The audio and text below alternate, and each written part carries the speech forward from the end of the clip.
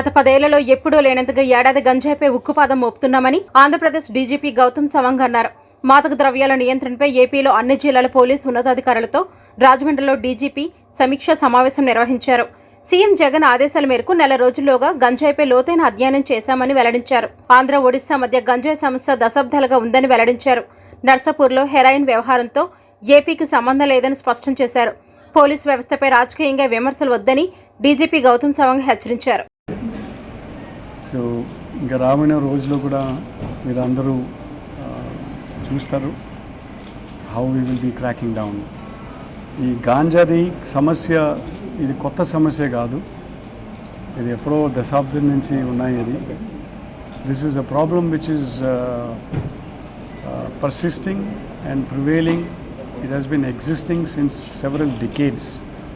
So we are now, there is a focus on this and there is a need for us to really tackle this. నేను ఇక్కడ వచ్చిన ముందు కూడా DGP ఒరిస్సాతో కూడా discussion జరిగినాయి. చెప్పాలంటే ఈ సమస్య ఎక్కువ ఆంధ్ర ఒరిస్సా బార్డర్ ఏరియాలో ఎక్కువ ఉన్నాయి. So there is a need to tackle this problem in a concerted manner. ఇప్పుడు జాయింట్ కోఆర్డినేషన్ కూడా ఉంటారు ఆంధ్ర ఒరిస్సా బార్డర్లో. ఈ మావోయిస్ట్ ప్రాబ్లమ్ను కూడా ఎట్లా మనం ఎదుర్కొన్నాము. మావోయిస్ట్ ఏరియా ఇన్ఫెక్టెడ్ ఏరియాస్ కూడా అదే ఆంధ్ర ఒరిస్సా బార్డర్లోనే. సో అదే ప్రాంతంలో ఇది ఈ గాంజా కల్టివేషన్ కూడా అవ్వటము. సో ఈ మావోయిస్ట్ ఇష్యూ మీద కూడా Andhra Orissa states police coordinate చేసి మనం ఈ ప్రాబ్లమ్ని ఫేస్ చేయడం జరుగుతున్నారు. అదేవిధంగా ఈ గాంజా మీద కూడా మనం we will be working on it. So discussion మేము డీజీ నార్కోటిక్ కంట్రోల్ బ్యూరో కూడా డీజీ ఎన్సీబీతో కూడా మనం మాట్లాడినాము ఆల్రెడీ. సో బికాజ్ ఇది అన్ని స్టేక్ హోల్డర్స్ వచ్చి కలిసి దీని మీద పడాలా. It's important that all the stake holders they should come together and act in a concerted manner అన్నమాట. So this subject in the country is dealt by NCB. So I had a discussion with the director DG NCB also before coming, and NCB will also be participating in this exercise. Then DG Telangana gartho kuda discussion jariginayi ade vidhanga, and we are in discussion with all other states also.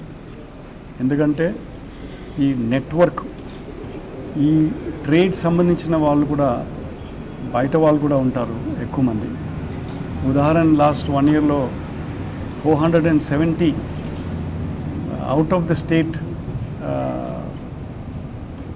what you call accused persons మనం arrest చేసినాం. దీనిలో నోటీసులు వచ్చారు, చాలా వరకు arrest అయినారు. చెప్పాలంటే తెలంగాణ నుంచి, హర్యానా నుంచి, యూపీ నుంచి, కర్ణాటక నుంచి, తమిళనాడు నుంచి, సో అన్ని స్టేట్స్ నుంచి వాళ్ళు ఇక్కడ వచ్చి ఏర్పాట్లు చేయడం, వాళ్ళు కూడా వచ్చి ఫైనాన్స్ చేయడం, సెటప్ చేయడం అలాంటిది కూడా ఉన్నాయి. సో అన్ని స్టేట్స్ పోలీస్ అథారిటీస్ వాళ్ళతో కూడా టచ్లో ఉండి మనం ఒక జాయింట్ స్ట్రాటజీ చేయడం. So we are working on those lines. Particularly taking the assistance of NCB anamata. So inka raven rojulu kuda you will find police taking a lot of action. Ippudu ee subject meeda geta oka nela nunchi chaala detail ga study jariginayi. Ippudu manaku ఆదేశం ఇచ్చినారు ముఖ్యమంత్రి గారు. 23rd of September నుంచి మనం ఈ సబ్జెక్ట్ని మొత్తం study చేయడము, ఇంటెలిజెన్స్ గ్యాదర్ చేయడము, తర్వాత ఏ విధంగా ఎదురు కట్టాలా, ఎదురు చేయాలి ఇది. So the strategies the intervention strategies ఏముండాలి, ఏ విధంగా చేయాలి. సో ఆ డిస్కషన్ చర్చ కూడా జరిగినాయి. తర్వాత ఆల్ స్టేక్ హోల్డర్స్, అది out side the stake holder, national stake holders కాకుండా, అవుట్ సైడ్ స్టేట్స్ కాకుండా మన స్టేట్స్లోనే కదా, ఫారెస్ట్ డిపార్ట్మెంట్ కానీ, ఇప్పుడు ట్రైబల్ వెల్ఫేర్, ఐటీడీఏస్, అగ్రికల్చర్ డిపార్ట్మెంట్ అనుకోండి, రెవెన్యూ డిపార్ట్మెంట్ అనుకోండి. సో అన్ని గవర్నమెంట్ ఏజెన్సీస్, డిపార్ట్మెంట్స్ కూడా రావడము, ఈ సమస్య మీద పడటము. సో ఇంకా రాబోయే రోజుల్లో దీని ప్రభావం మీకు స్పష్టంగా కనబడుతుంది. మీరు పొలిటికల్ పార్టీస్ పోలీస్ వ్యవస్థ మీద ఈ మధ్యకాలంలో ఎక్కువగా కామెంట్ చేస్తున్నారు.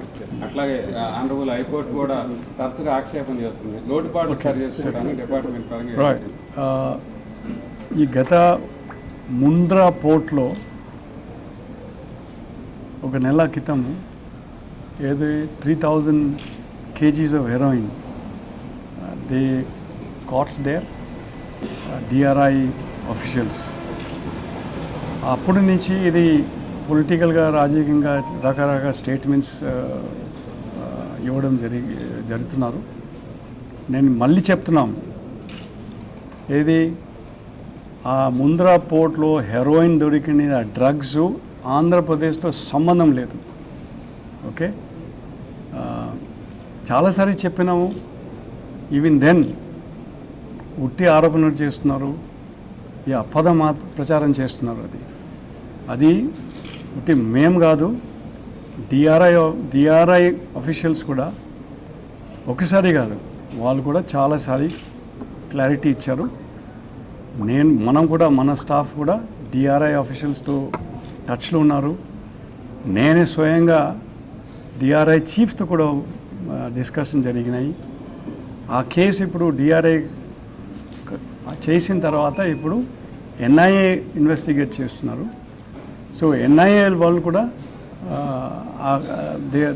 వాళ్ళతో కూడా చాలా స్పష్టం చేశారు, ఏది ఆంధ్రప్రదేశ్లో ఆ కేసుతోని సంబంధం లేదు. Okay, so once again let me say that అది సంబంధం లేదు, అది వాస్తవం కాదు, అది కరెక్ట్ కాదు, తప్పు సమాచారం, తప్పు ప్రచారం చేస్తున్నారు, గుట్టి దుష్ప్రచారం చేస్తున్నారు. అదేవిధంగా ఆ లెటర్ కూడా మొన్న ఈ ప్రెసిడెంట్లో లెటర్ రాసి ఇంకొక ఇన్సిడెంట్ జరిగిన అంటున్నారు. ఎన్సీబీ వాళ్ళు ఏదో కేసు ఒకటి రిజిస్టర్ చేశారు, అది నర్సాపూర్ అనే మాట వచ్చింది, మళ్ళీ అది కూడా ఆంధ్రప్రదేశ్ అని. అది కూడా దానిలో కూడా ఎన్సీబీ వాళ్ళు ఇన్వెస్టిగేట్ చేస్తున్నారు, దానిలో కూడా ఆంధ్రప్రదేశ్ది ఏం సంబంధం లేదు.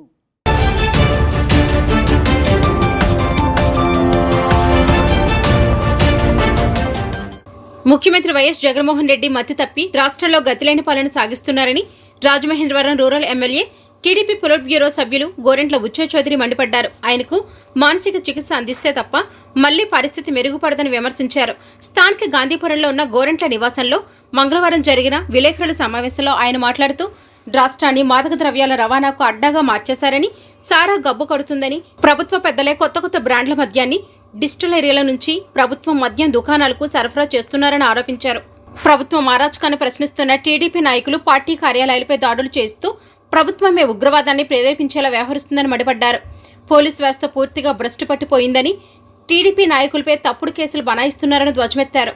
పోలీసులు నమోదు చేస్తున్న కేసులు, సెక్షన్లకు కోర్టులో చుక్కెదురవుతుంటే మాట్లాడని పోలీసు అధికారుల సంఘం తమపై విమర్శలు చేయడం విడ్డూరంగా ఉందన్నారు.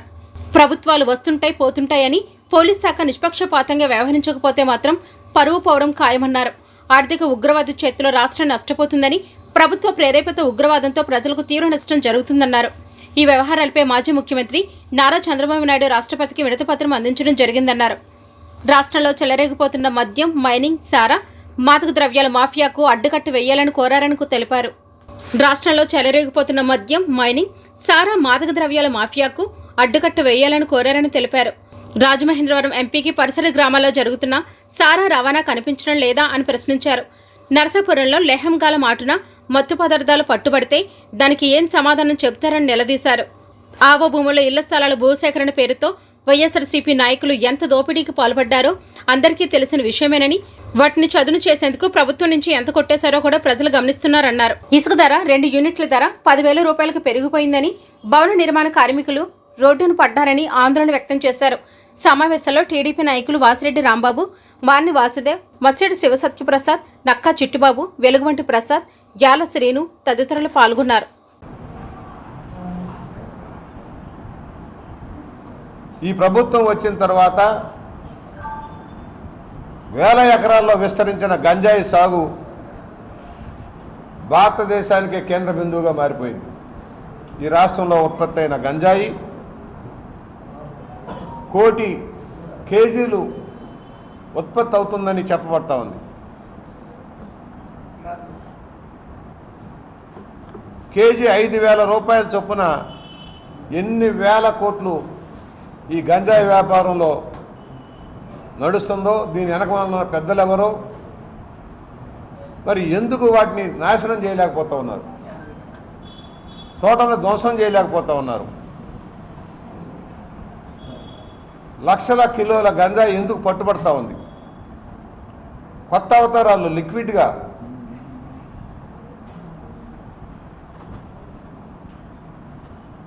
యువతీ యువకులని సర్వనాశనం చేస్తూ ఉంది, మత్తుకు బానిసలు చేస్తూ ఉంది. ఈ రాష్ట్ర ప్రభుత్వ పనికిరాని విధానాల వల్ల మత్తు పదార్థాల కేంద్ర బిందువుగా రాష్ట్రం మారుతూ ఉంది. ఇవాళ ముఖ్యమంత్రి గారు దబాయిస్తూ ఉన్నారు. మేము అడుగుతూ ఉన్నాము, గంజాయి గురించి మాట్లాడితే మా పార్టీల మీద ధ్వంసం చేశావు. నిన్న ఏదైతే గుజరాత్లో పట్టుబడ్డ 25,000 కోట్ల రూపాయల మాదక ద్రవ్యాలు ఆంధ్రప్రదేశ్ కేంద్ర బిందువుగా రవాణా జరిగిందంటే దానికి కారణాలు ఎవరు? కాదు, మా క్లీన్ చిట్ అంటున్నారు. అలా అయితే నర్సాపురం నుంచి నిన్న లెహంగాల ముసుగులో, నర్సాపురం నుంచి లెహంగాల ముసుగులో విదేశాలకు తరలి వెళ్తున్న, ఆస్ట్రేలియా లాంటి దేశం తరలి వెళ్తున్న వేల కోట్ల రూపాయల ఖరీదైన మాదక ద్రవ్యాలు బెంగళూరులో ఎట్లా పట్టుబడ్డాయి? దానికి కేంద్ర బిందువు ఆంధ్రప్రదేశ్ ఎలా అయింది? అంటే అధికార పక్ష నాయకులు దీనిలో భాగస్వామ్యం లేకుండా జరుగుతూ ఉందా? పోలీస్ యంత్రాంగం అంతా మీ చెప్పు చేతుల్లోనే నడుస్తుంది. ప్రతిపక్షాల గొంతు అంచటం కోసం, గొంతు నొక్కటం కోసం తప్పుడు కేసులు పెట్టి జైలుకు తోస్తూ ఉన్నారు కదా. మరి మీ పోలీస్ శాఖ ఏం చేస్తుంది?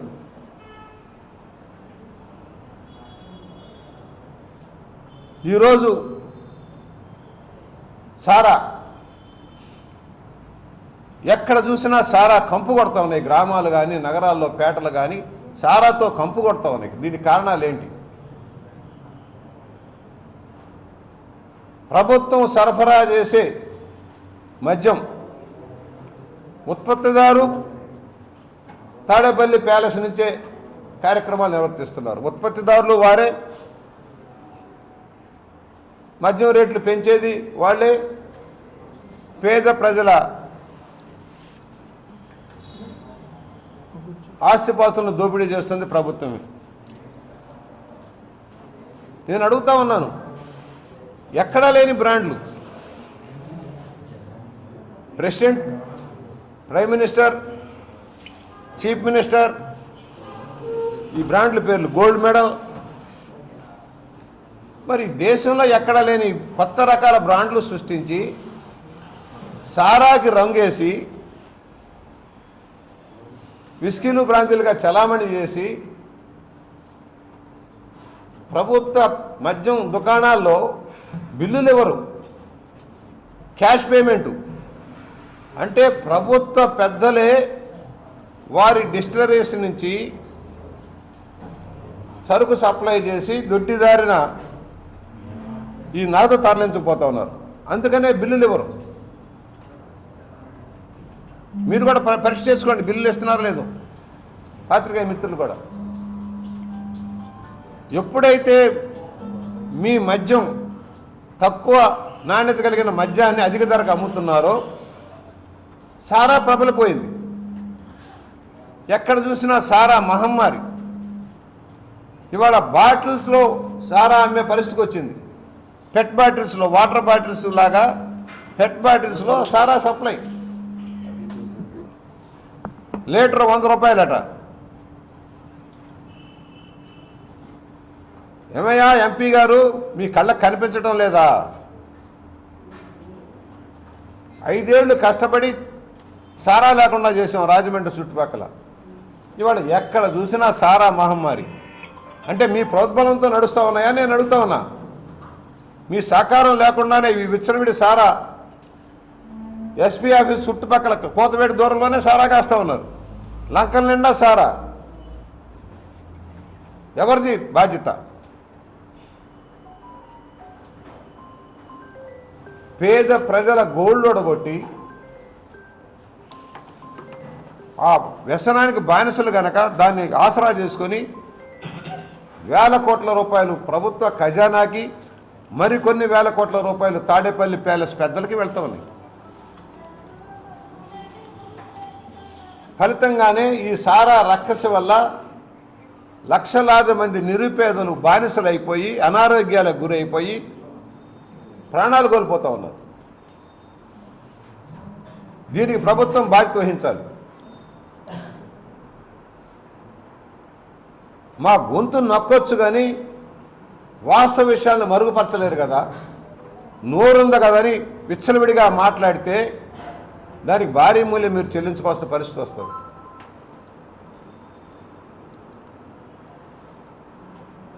అవినీతికి పరాకాష్ట ఈ రాష్ట్రం. ఏ రంగంలో చూసినా అవినీతి. ఇసుక కోర్ స్టాండ్ 2600కు వచ్చేది 2 యూనిట్లు, ఇవాళ 10,000 రూపాయలకి ఇసుక దొరకట్లేదు. నిర్మాణ రంగం కుదేలైపోయింది.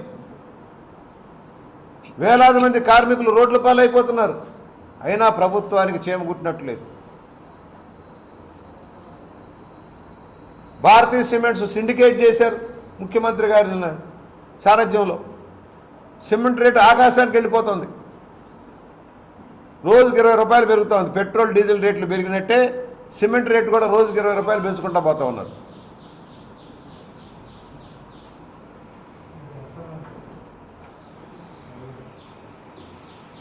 గ్యాస్ రేట్లు పెరుగుతున్నాయి. 1000 రూపాయలకి వెళ్ళిపోయింది సిలిండరు. ఈరోజు పెట్రోల్ 117 రూపాయలకి, 112 రూపాయలకి డీజిల్ 112 రూపాయలు, 105 రూపాయలు. ఏమిటి దౌర్భాగ్యం? ప్రపంచంలో ఎక్కడా లేని రేట్లు మన దేశంలో, మన రాష్ట్రంలో ముఖ్యంగా. అంటే ఇది ఒక ఆదాయంగా చూసుకొని రవాణా రంగాన్ని కుదేలు చేస్తూ ఉన్నారు. ఫలితంగా అన్నిటి ధరలు పెరిగినాయి. భవన నిర్మాణ సామాగ్రి రేట్లు పెరిగినాయి. నిత్య జీవితావసర వస్తువులు పెరిగినాయి. రోజు రోజుకి దినదినంగా మారింది సామాన్యుడి బతుకు.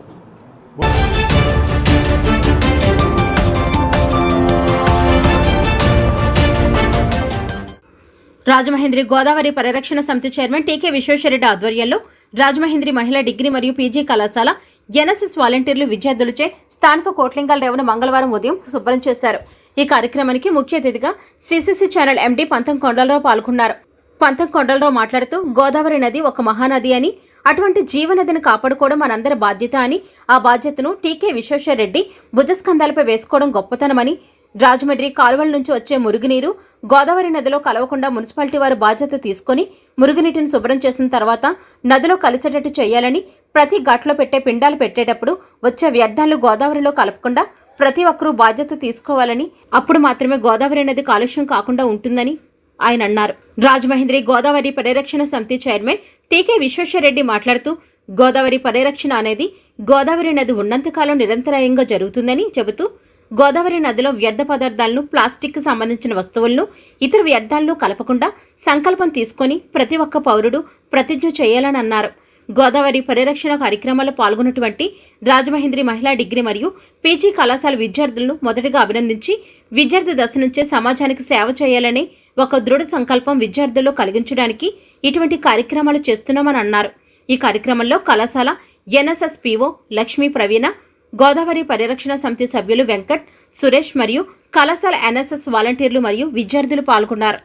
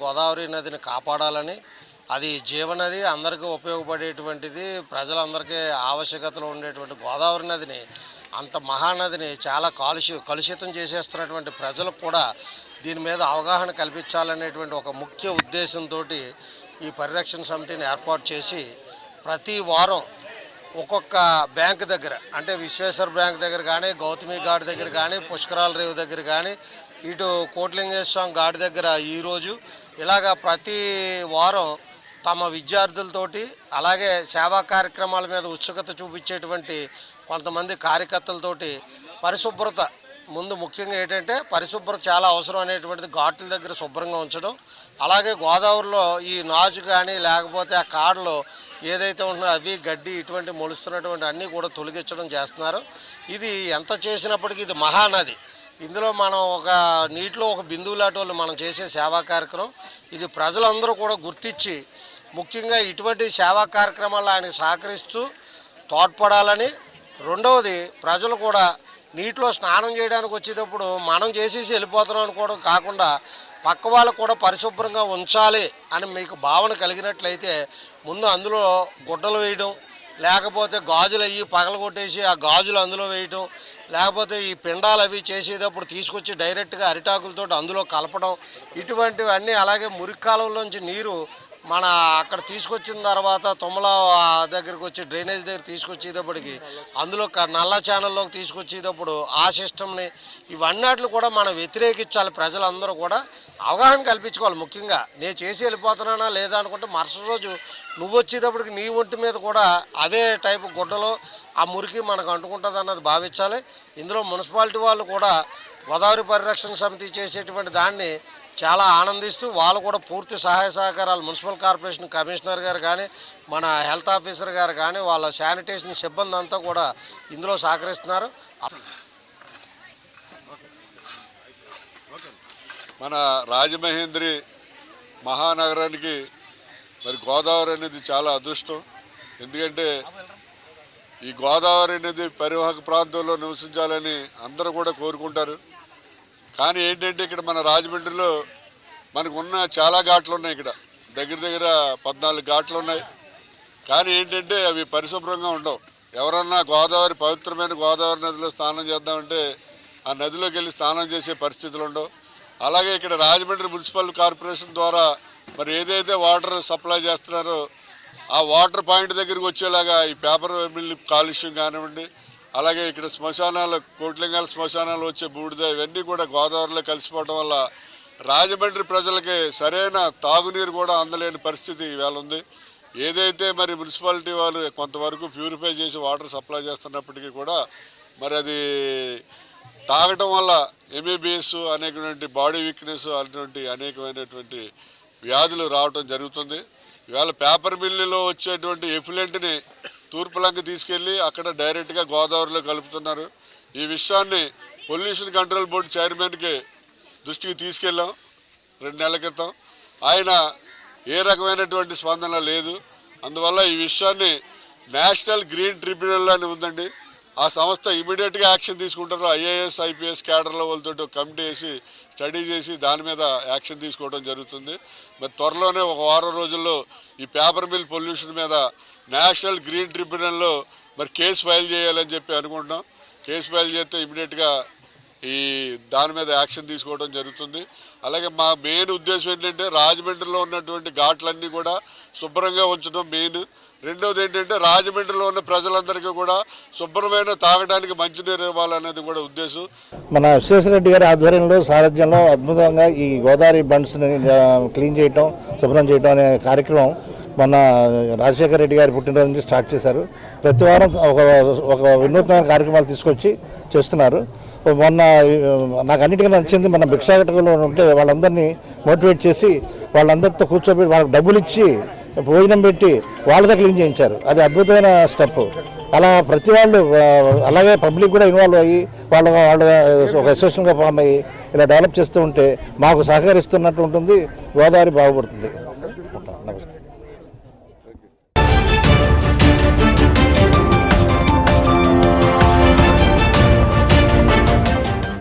రాజమహేంద్రవరంలో మంగళవారం సిపిఎం పార్టీ కార్యాలయంలో సిపిఎం పార్టీ సమావేశం జరిగింది.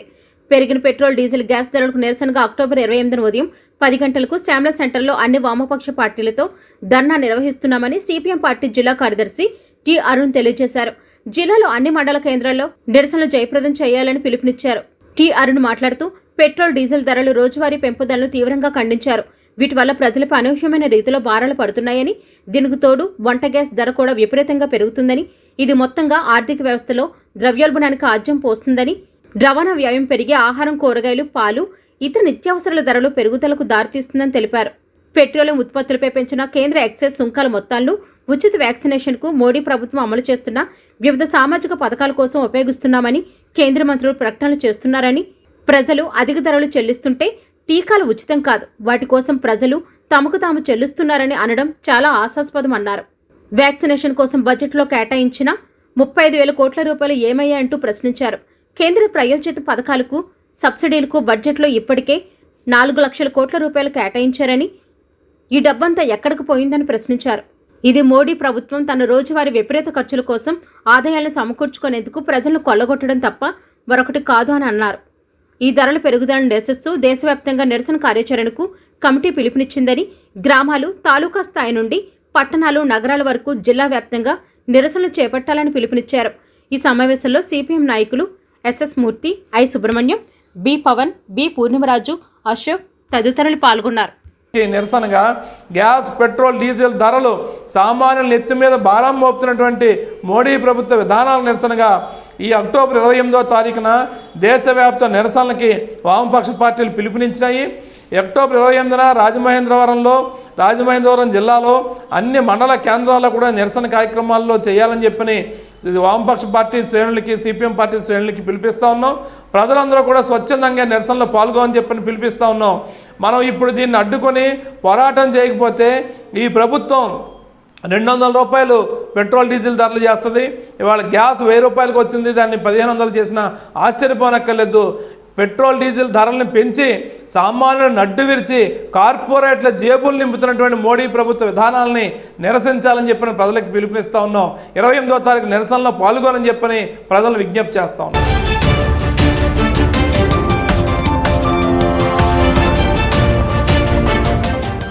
తెలుగుదేశం పార్టీ రాష్ట్ర కార్యనిర్వాహక కార్యదర్శి ఆదిరెడ్డి శ్రీనివాస్ పుట్టినరోజు వేడుకలు నిరాడంబరంగా జరుపుకున్నారు. తిలక్రోడ్డులోని తన నివాసం వద్ద కోవిడ్-19 నేపథ్యంలో ఎటువంటి ఆర్భాటాలకు వెళ్లకుండా వేడుకలు జరుపుకున్నారు. తెలుగుదేశం పార్టీ నాయకులు, ఆదిరెడ్డి అభిమానులు కోవిడ్-19 నిబంధనలు పాటించి సామాజిక దూరం పాటిస్తూ ప్రతి ఒక్కరూ మాస్కులు ధరించి ఆదిరెడ్డి వాసుకు శుభాకాంక్షలు తెలిపారు. వేద పండితులు ఆయనకు ముందుగా ఆశీర్వాదాలు అందజేశారు. ఆదిరెడ్డి వాసు తన పుట్టినరోజు సందర్భంగా నలుగురు దివ్యాంగులకు భవానీ చారిటబుల్ ట్రస్ట్ తరపున వీల్ చైర్స్ అందజేశారు. అలాగే ఆదిరెడ్డి యువసేన ఆధ్వర్యంలో నగరంలో 500 మంది పేదలకు అన్నదానం జరిగింది. ఈ సందర్భంగా ఆయన మాట్లాడుతూ తన పుట్టినరోజు సందర్భంగా దివ్యాంగులకు ఉపయోగపడే కార్యక్రమం చేపట్టడం చాలా ఆనందంగా ఉందన్నారు. దేవుడు ఆశీస్సులు, ప్రజల చల్లని దీవెనల వల్ల తాను సంతోషంగా ఉన్నట్లు తెలిపారు. నిత్యం ప్రజాక్షేత్రంలో ఉంటూ వారి సంక్షేమం కోసం కృషి చేస్తామన్నారు. తన పుట్టినరోజు సందర్భంగా పేదలకు అల్పాహారం, అన్నదానం కార్యక్రమాలతో పాటు ఇతర సామాజిక సేవా కార్యక్రమాలు చేపట్టిన తన అభిమానులకు కృతజ్ఞతలు తెలిపారు. టీడీపీ రాష్ట్ర కార్యదర్శి కాశీ నవీన్ కుమార్, టీఎన్టీయూసీ జిల్లా అధ్యక్షుడు నక్కా చిట్టిబాబు, రాజమండ్రి పార్లమెంటు కమిటీ ఉపాధ్యక్షులు మజ్జి రాంబాబు, తెలుగు రాష్ట్ర మహిళా కమిటీ ప్రధాన కార్యదర్శి మజ్జి పద్మ, ఉపాధ్యక్షురాలు ద్వారా పార్వతీ సుందరి, రాజమండ్రి పార్లమెంట్ మహిళా కమిటీ అధ్యక్షురాలు మాలె విజయలక్ష్మి, రాష్ట్ర మహిళా కమిటీ కార్యనిర్వాహక కార్యదర్శి తురకల నిర్మల, రాజమండ్రి పార్లమెంట్ కమిటీ కార్యనిర్వాహక కార్యదర్శి కొయ్యల రమణ, కార్యదర్శి కడిత జోగారావు, హితకారిణి సమాజం మాజీ చైర్మన్ యాల ప్రదీప్, తెలుగు యువత నగర అధ్యక్షులు నక్కా దేవి వరప్రసాద్, దీపు, అధికార ప్రతినిధి దాశ్యం ప్రసాద్, రాజమండ్రి పార్లమెంట్ మహిళా కమిటీ కార్యనిర్వాహక కార్యదర్శి మీసాల నాగమణి, నగర మహిళా కమిటీ అధ్యక్షురాలు కోసూరు చండిప్రియ, మాజీ డిప్యూటీ ఫ్లోర్ లీడర్ కురిమిలి విజయశేఖర్, మాజీ కార్పొరేటర్లు కడల రామకృష్ణ, మాటూరి రంగారావు, తంగెల బాబి, కప్పల వెలుగు కుమారి, కరగాని మాధవి, వట్లంకి ప్రకాష్, నాయకులు యాల వెంకట్రావు, పెనుగొండ రామకృష్ణ, కుడుపూడి సత్యబాబు, కరగాని వేణు, యాల బాబి, మజ్జు శ్రీనివాస్, ధనరాజ్, కేబుల్ మురళి, పిడిమి ప్రకాష్, మండల రవి,